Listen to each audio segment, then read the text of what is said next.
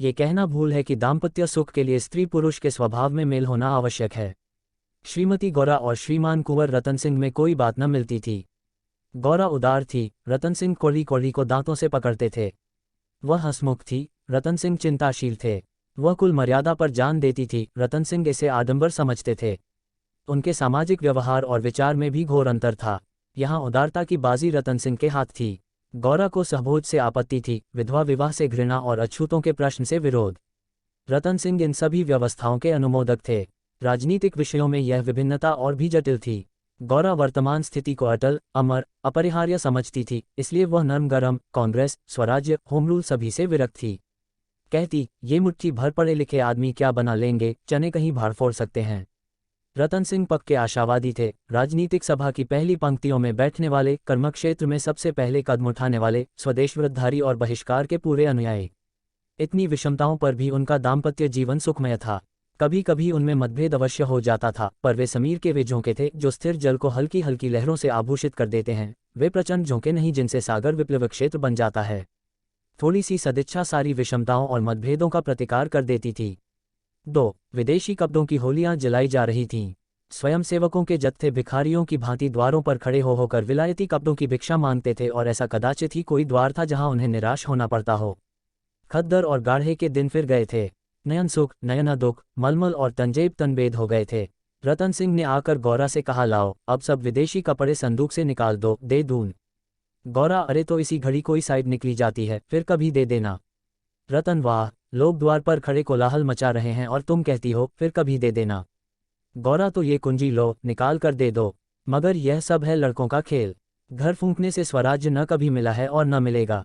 रतन, मैंने कल ही तो इस विषय पर तुमसे घंटों सिरपच्ची की थी और उस समय तुम मुझसे सहमत हो गई थी, आज तुम फिर वही शंकाएं करने लगी। गौरा, मैं तुम्हारे अप्रसन्न हो जाने के डर से चुप हो गई थी। रतन, अच्छा, शंकाएं फिर कर लेना, इस समय जो करना है वह करो।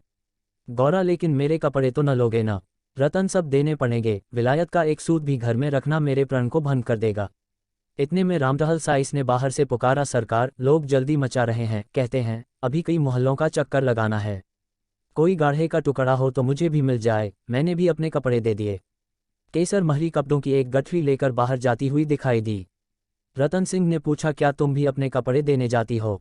केसर ने लजाते हुए कहा, हाँ सरकार, जब देश छोड़ रहा है तो मैं कैसे पहनूं। रतन सिंह ने गौरा की ओर आदेशपूर्ण नेत्रों से देखा। अब वह विलंब न कर सकी। लज्जा से सिर झुकाए संदूक खोलकर कपड़े निकालने लगी। एक संदूक खाली हो गया तो उसने दूसरा संदूक खोला। सबसे ऊपर एक सनुडर रेशमी सूट रखा हुआ था जो कुंवर साहब ने किसी अंग्रेजी कारखाने में सिलाया था। गौरा ने पूछा, क्या सूट भी निकाल दूं? रतन, हाँ हाँ, इसे किस दिन के लिए रखोगी? गौरा, यदि मैं ये जानती कि इतनी जल्दी हवा बदलेगी तो कभी यह सूट न बनवाने देती। सारे रुपये खून हो गए। रतन सिंह ने कुछ उत्तर न दिया। तब गौरा ने अपना संदूक खोला और जलन के मारे स्वदेशी विदेशी सभी कपड़े निकाल कर फेंकने लगी। वह आवेश प्रवाह में आ गई। उनमें कितनी ही बहुमूल्य फैंसी जैकेट और साड़ियाँ थीं जिन्हें किसी समय पहनकर वह फूली न समाती थी। बाज साड़ियों के लिए तो उसे रतन सिंह से बार बार तकाजे करने पड़े थे, पर इस समय सबकी सब आंखों में खटक रही थीं। रतन सिंह उसके भावों को ताड़ रहे थे। स्वदेशी कपड़ों का निकाला जाना उन्हें अखर रहा था, पर इस समय चुप रहने ही में कुशल समझते थे। इस पर भी दो एक बार वाद विवाद की नौबत आ ही गई। एक बनारसी साड़ी के लिए तो वह झगड़ बैठे, उसे गौरा के हाथों से छीन लेना चाहा, पर गौरा ने एक न मानी, निकाल ही फेंका। सहसा संदूक में से एक केसरिया रंग की तंजेब की साड़ी निकल आई जिस पर पक्के आंचल और पल्ले टिनके हुए थे।